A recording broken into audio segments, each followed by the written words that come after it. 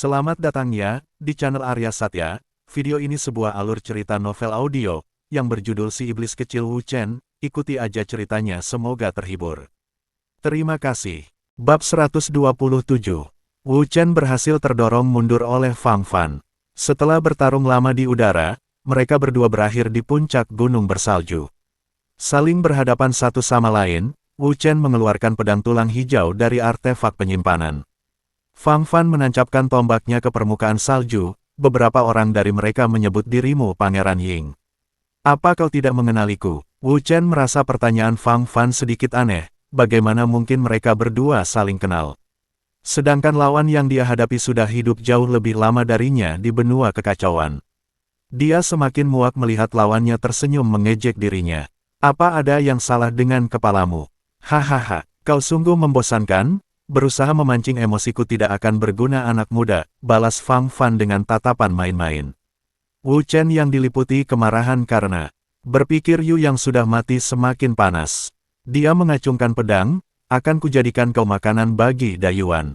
Anggap saja sebagai balas kejahatanmu karena membunuh Yu Yang dan mengambil mata Mulian.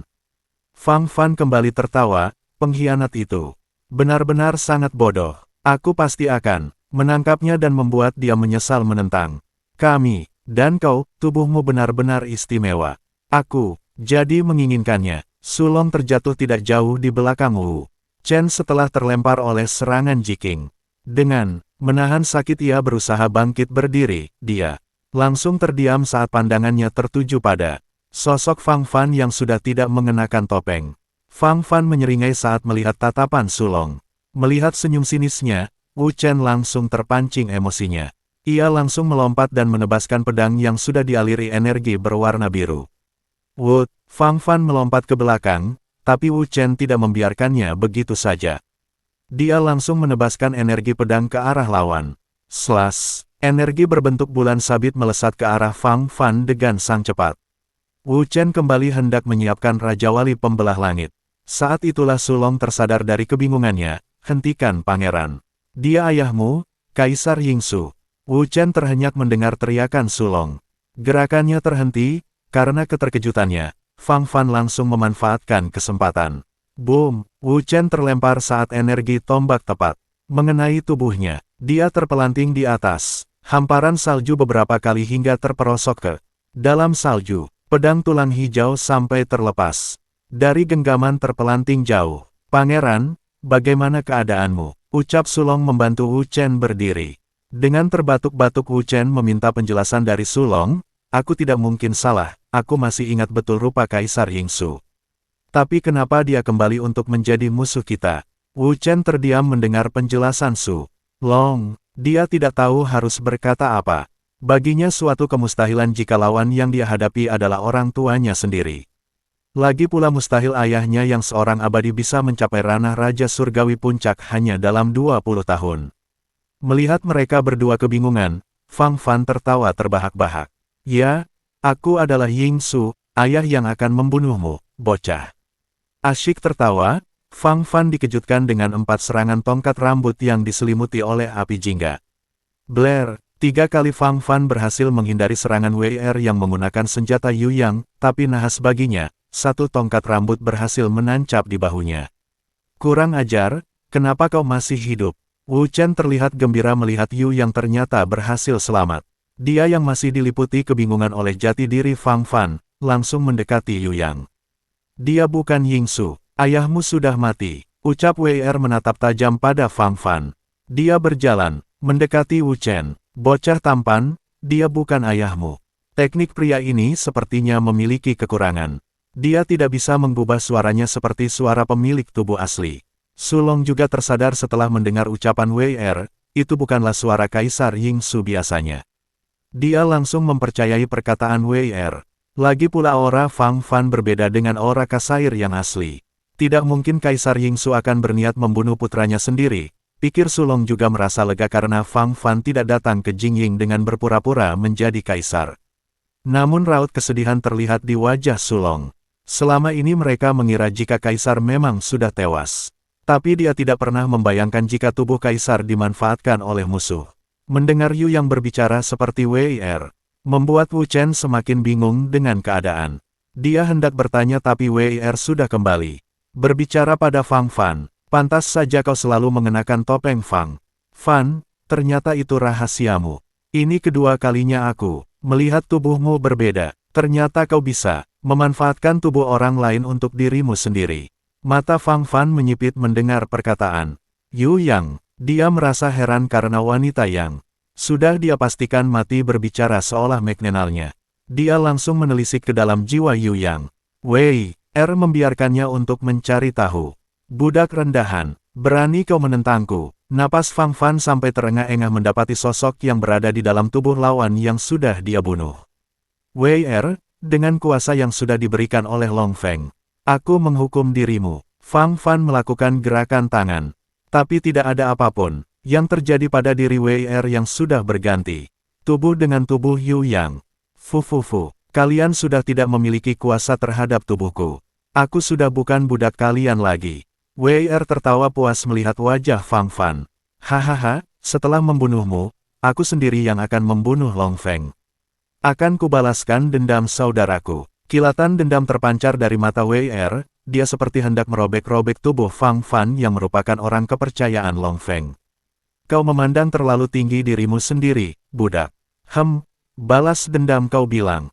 Bukankah kau sendiri yang membunuh saudaramu, Hong Jun rubah? Ekor tiga itu, kudengar kau bahkan sangat menikmati saat melahap tubuhnya untuk mendapat tubuh setengah manusia. Hahaha. Terkutuk, matilah untukku. Dalam pengaruh emosi karena dendamnya, Wei Er langsung menyerang Fang Fan dengan teknik badai seribu daun. Pusaran angin membawa salju beterbangan. Wu Chen yang kebingungan mencoba menghentikannya. Tunggu Yu Yang. Namun saat merasakan aura dan kekuatan Yu Yang, Wu Chen dengan perasaan kecewa masih tidak menerima dengan kematian Yu Yang. Jangan ragu, dia bukan ayahmu. Ayo kita bunuh orang ini. Aku akan selalu berada di pihakmu. Di tangan Wei Er, badai seribu daun terlihat lebih mengerikan. Teknik itu mengeluarkan suara bergemuruh. Terlihat kilatan-kilatan petir di dalam badai saat energi-energi berbentuk daun saling berbenturan. Dengan sangat cepat, badai sudah menarik tubuh Fang Fan ke dalamnya. Dia terombang-ambing, terbawa pusaran angin topan. Fang Fan mengatupkan rahang dan membentuk teknik avatar dengan dia berada di dalam teknik itu, sebagai bentuk perlindungan diri. Tidak butuh waktu lama, dia berhasil menyeimbangkan dirinya di dalam badai. Hia, BLAAR. Saat Fang Fan meledakkan avatarnya untuk menghancurkan teknik Wei Er, ledakan kejut menghempas. Sulong nyaris terlempar jika Wu Chen tidak mencengkram lengannya. Bahkan Wu Chen dan Wei Er harus berusaha keras agar tidak terpelanting. Setelah suasana kembali senyap, terdengar suara raungan keras Long Ai. Ular naga itu menukik jatuh setelah diserang bertubi-tubi oleh Long Sui. Long Ai berusaha bertahan, tapi Long Sui terus memukul hingga satu tanduk besar di kepalanya patah. Terkutuk, kita satu ras yang sama. Kenapa kau berniat membunuhku? Long Ai yang sudah panik berusaha melawan.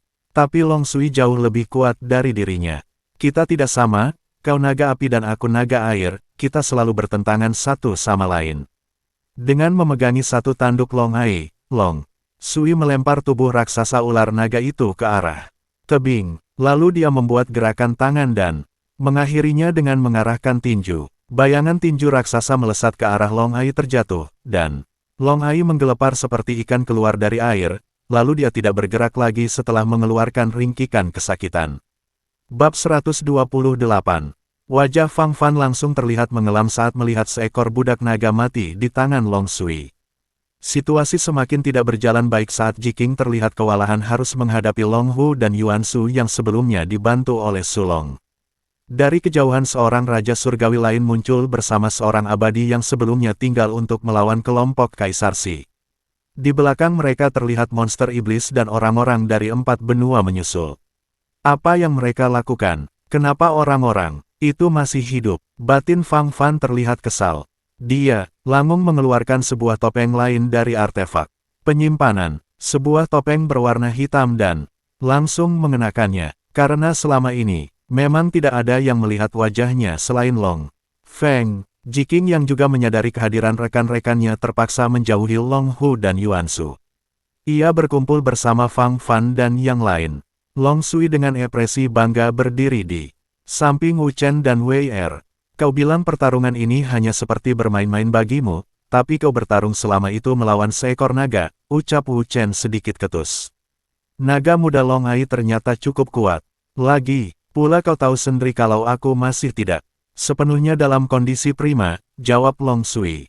Beralasan, Fang Fan menghela napas panjang saat melihat lawan semakin ramai. Mereka yang awalnya mengira ini akan menjadi pertarungan yang mudah, justru berbalik menjadi terdesak dan kalah jumlah. Dia mulai menyesali keputusannya tidak memanfaatkan wajah Yingsu. Karena memang dia sendiri tidak menginginkan ada orang lain yang melihat wajahnya. Jadi menurutmu pemuda berambut putih itu yang memiliki token kaisar? Tanya Jiking setelah mendengar siapa Wu Chen dari Fang Fan.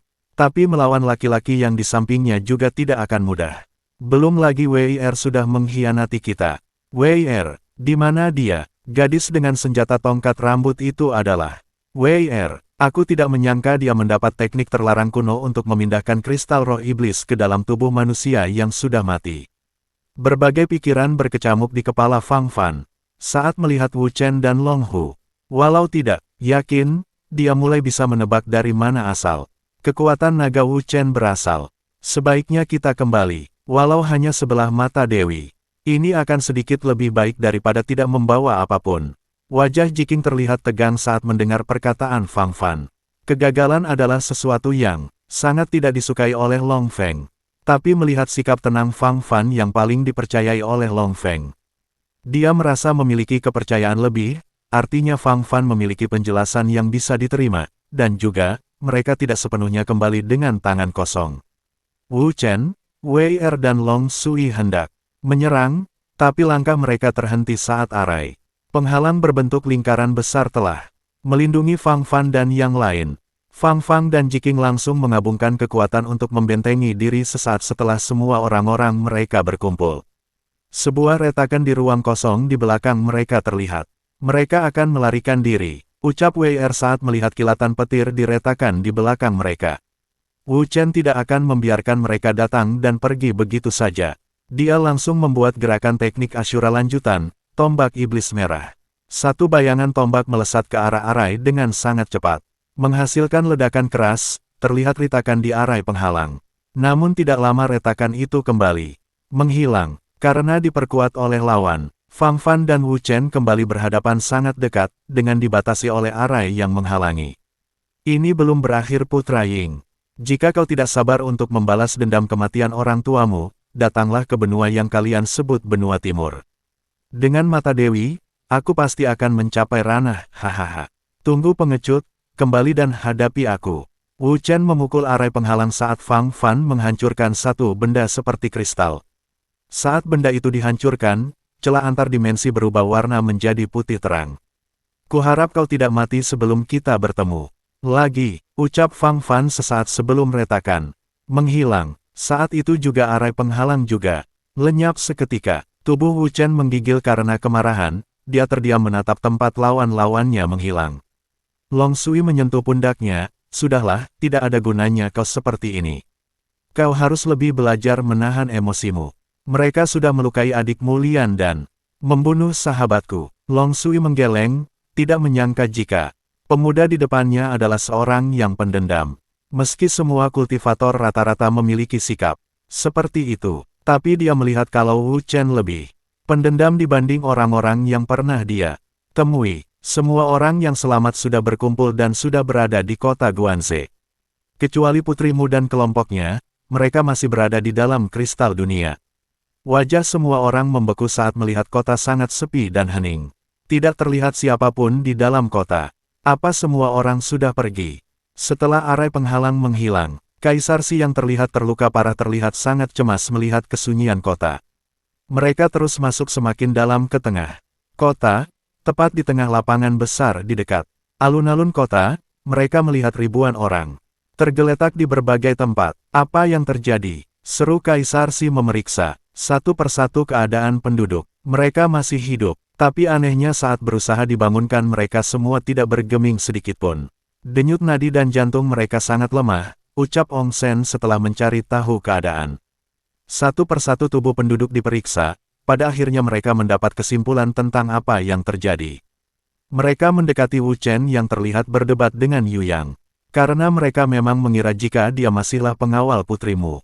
Wu Chen ingin berbicara dengan Yu Yang, tapi Wei Er mengatakan kalau jiwanya sedang dalam pemulihan. Namun tentu saja Wu Chen tidak percaya begitu saja.